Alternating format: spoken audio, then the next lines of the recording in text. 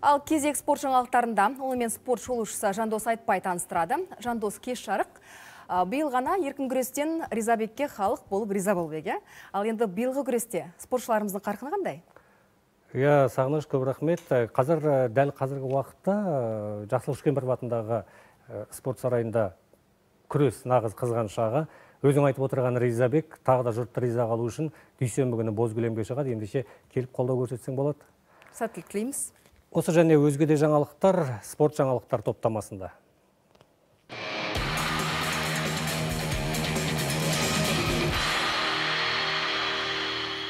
Кеш жарық күрес десе шерасын жерге қоятын жанкүйерлердің назары қазіргі таңда Астанаға ауған анық. Өйткені биыл Олимпиада жылы. Ал Олимпиадаға ел мықтылар ғана қатысатынын ескерсек, ұлттық біріншіліктің әрине бәсі жоғары. Олимпиада чемпионы Жақсылық Үшкемпіров атындағы Зәулім сарайда Қазақстанның түкпір-түкпірінен келген 600-ге жуық палуан жан алысып, жан берісіп жатыр. Кеше грек-рим күресінен 5 салмақ дәрежесі бойынша жеңімпаздар анықталды. Кейде қазақ палуан халық деп жатамыз, бірақ көп жылдан бері Олимп шыңын бағындыра алмай жүргеніміз өзекті өртейді. Биыл Парижде осы олқылықтың орнын толтыра аламыз ба? Күмән бар, өйткені қарсыласын атойлап жүріп отатын, бойында бұлағышы бұлқынып тұрған балуанды әлі байқай алмай жүрміз. Мүмкін жарыс соңына қарай біреу жарқ ете қалатын шығар. Бірақ кеше Бозкөлемге шыққан грек-рим күрес шеберлерінің аяқ алысын көріп, көңіл құлазыды. Әрине, палуандардың еңбегін жоққа шығармаймыз, дегенмен күрестері сылбыр. 55 келі салмақта тәжірибелі спортшыларды жеңіп финалға қиналмай шыққан астаналық Айбек Айтбеков финалда Жетісу өңірдің тумасы Нұрзат Қабдырахмановқа жол беріп қойды. Орталық спорт клубының өкілі Есбол Камалиев пен түркістандық Қасым Әден қола жүлдегер атанды.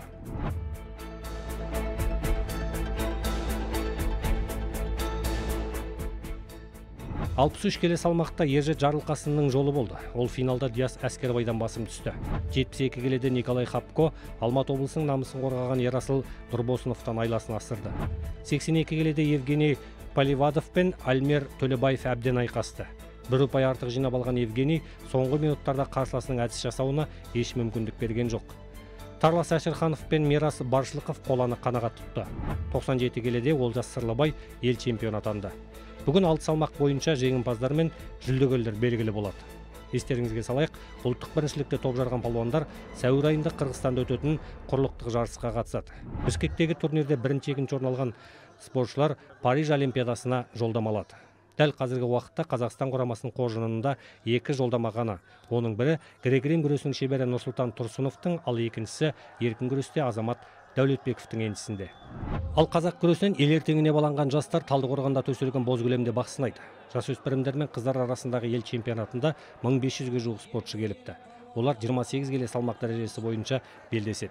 Жетісу төрінде жеңімпаз атанған қыз-жігіттер әлем және Азия чемпионатында өнер көрсетуге мүмкіндік алады. Жалпы қазақ күресінің мықтылары үшін биылғы жыл жарысқа толы. Жастар ақпанның аяғында Ақтөбе қаласында ұлттық біріншілікте бақ сынаса, ересектер ел кубогында жүлде бөліседі. Одан ары көшпенділер ойыны күтіп тұр.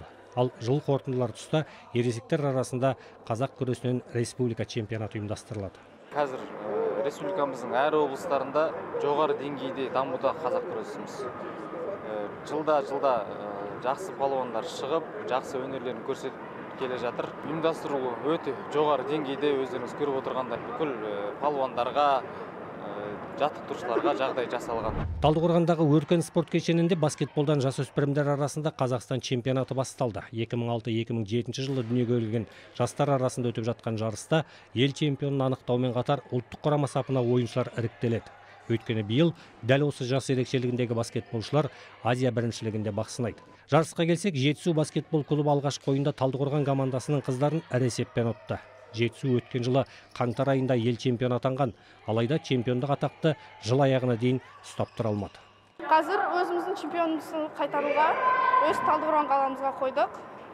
Енді бірінші орын алуға тілектеспіз өзімізге. Ең мықты командалар санасында Түркістан, Иртыш, Шымкент қаласы.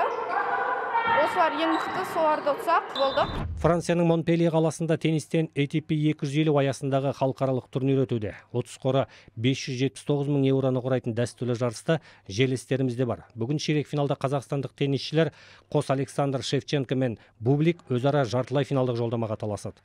Ал осы жарыстың бірінші ракеткасы норвегиялық Хольгер Руне кеше испаниялық Пабло Руиспен кездесіп 7-5, 6-2 есебімен жеңіске жетті. Енді Руне америкалық Майкл Монн ұтса, жартылай финалда қазақстандық теннисшімен кездеседі. Бүгінгі спорт жаңалықтарының реті осындай.